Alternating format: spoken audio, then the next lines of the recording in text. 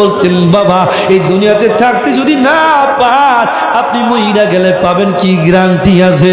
আমার হুজুর কেবলা জাম বলেছেন, বাবা নগদ যদি জান্নাত যদি কিনতে চান তাহলে এই তরিকার ভিতরে ঢোকান, এই মুজাদ্দিদ নকশবন্দি দিয়ে তরিকার ভিতরে ঢুকিয়া পাক কালাম ফাতিহা শরীফ, খতম শরীফ, দুরূদ শরীফ পড়াবেন, এমনকি রহমত পালন করবেন।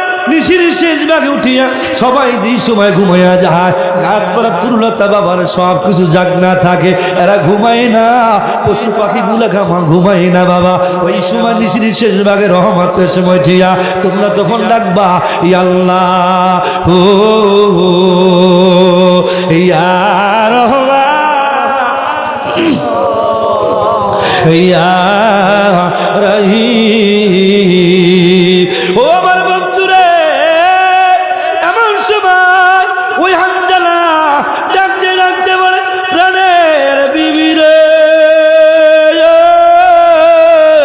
ও বিবি দে আমার ঢালটা দে, তলোয়ারটা দে দে, আর আমার সময় নাই, আমার সময় নাই। আমি ঘোড়ায় দুলদুলে শোয়ার হইয়া দৌড় মেরেছে ওহুদের ময়দানে, দৌড়তে গিয়া বাবার বেঈমানদের সঙ্গে যুদ্ধ করতে করতে করতে করতে হানজালা যখন শহীদ হয়ে গেলেন, বাবা হানজালা যখন শহীদ হয়ে গেলেন, শহীদ হওয়ার পরে যুদ্ধ বিরতি নিলেন, যুদ্ধ ক্ষান্ত হয়ে গেল।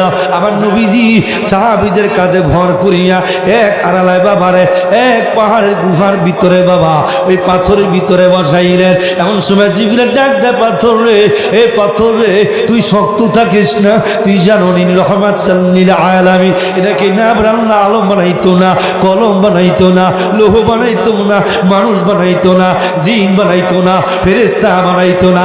ওই নবীর কারণে, ওই নবীর জন্য পাথর রে তুই তুলার মতো নরম হইয়া যা।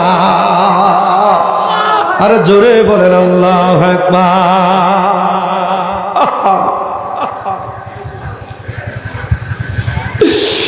ওগো মায়া